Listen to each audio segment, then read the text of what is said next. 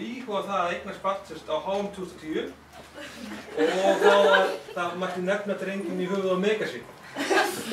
Og við það svona, já, ég samfærist svolítið við það. Það voru líka 5 ár í þetta, það var ekkert svo langt sko. Og síðan svona eftir því sem árin liðu þá fórum við alltaf að nálgast og nálgast. Og auðvitað fólk í kringum okkur að spyrja svona hvernig það sem eignast barn og hvaða nöfn það væri og svo framvegis.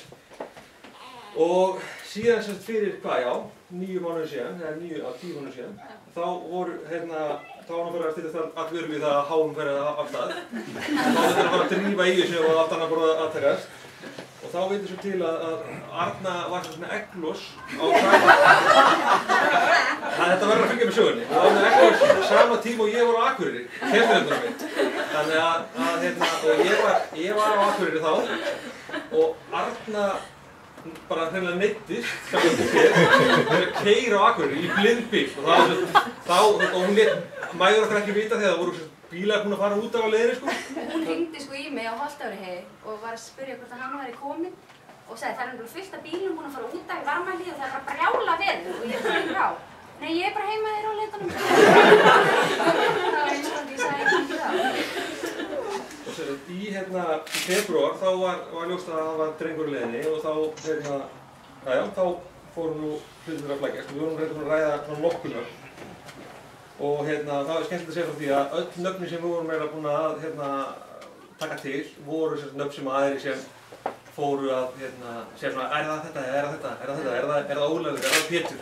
Og við sögðum bara alltaf mögulega og fólk geta alltaf verið að hanga okkur á því sko já, það er það Ólafur, það er það Pétur, það er það Magnús Þór eða Jón Þór sko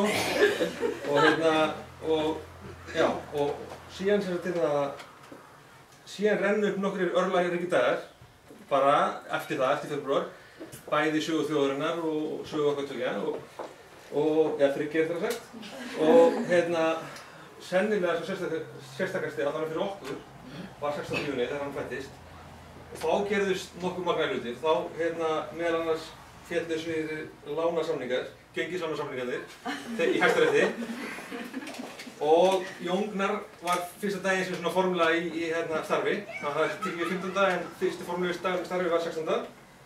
Og Fram var skyndilega komið á toppinn í efstild sem hafði gerst í 18 ára.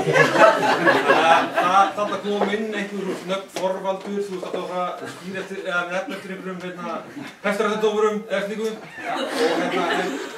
En á endanum var niðurstaðan sú að heiðra nýjan borgarstjóra og skýra hann eða nefna hann Jón Gunnar. Já. Djók.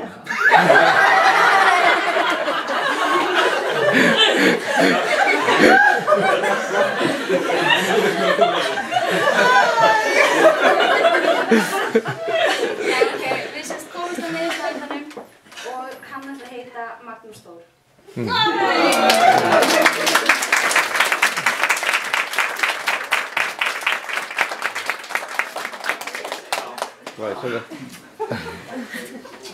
Arna ætla kannski að segja ykkur smá sögu hvernig þetta kom til alveg endanum. Já, það ekki? Jú.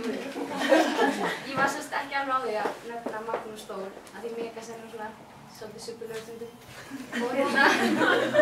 Og ég segi þetta við Bjarni til desember, bara heyrðu, ég er ekkert til í þetta og bara ég vil bara fara að ræða þetta á alvöru að hann heiti eitthvað annað. Og svona já, ok, alltaf. Og svo fór hann í ræktina og ætlaði að horfa á einhvern Liverpool-leik og kom heim í hálfleik, mjög óvænt. Og við vorum semst að fara að fá okkur eitthvað að borða og vorum svona að nefna nokkra staði og fara þangað og svo endum við á að fara að tæma matstofuna. Og þá var Megas þar. Þannig að það var svona röð tilviljana sem að leiddi Bjarna á tæmatstofuna á sama tíma. Þegar ég kom til matstofuna þá var ég einn og síðan svona 3 mínútur seinna lappar Megas inn og við erum svona bara 2 í matsalunum bara í svona 5 mínútur. Það var þetta að ég fór og rætti við hann. Já.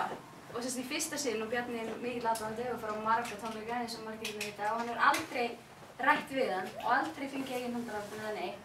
Fór til hans og bað semst mig eigin hundraðardun og sagði honum þetta að við ættum voru barni og við værum að hugsa að nefna í höfuð á honum. Ef það er drengur sko. Ef það er strákur. Og hvað sagði hann þá? Já, og síðan sko, já, sagði þetta og þá sagði hann sko, já, þetta gerir nú daginn alvarlegri. Já. Þá var það bara ákveðið. Þegar ég var búinn að gefa þessu manni loforð, þá var bara að standa við það. Þetta var bara hálftíma eftir að ég vildi virkilega fara að ræða af alvöru að við erum ekkert að nefna í höfuð og svona, það er ekki nóg sniðugt. En það er sem sagt, já, það var óvann. Magnús Þór Dansa. Þannig að við segjum þá bara að þetta er þessu formlega sett. Já, það er mjög svo vel og takk æðislega fyrir að koma. Já, takk fyrir að koma.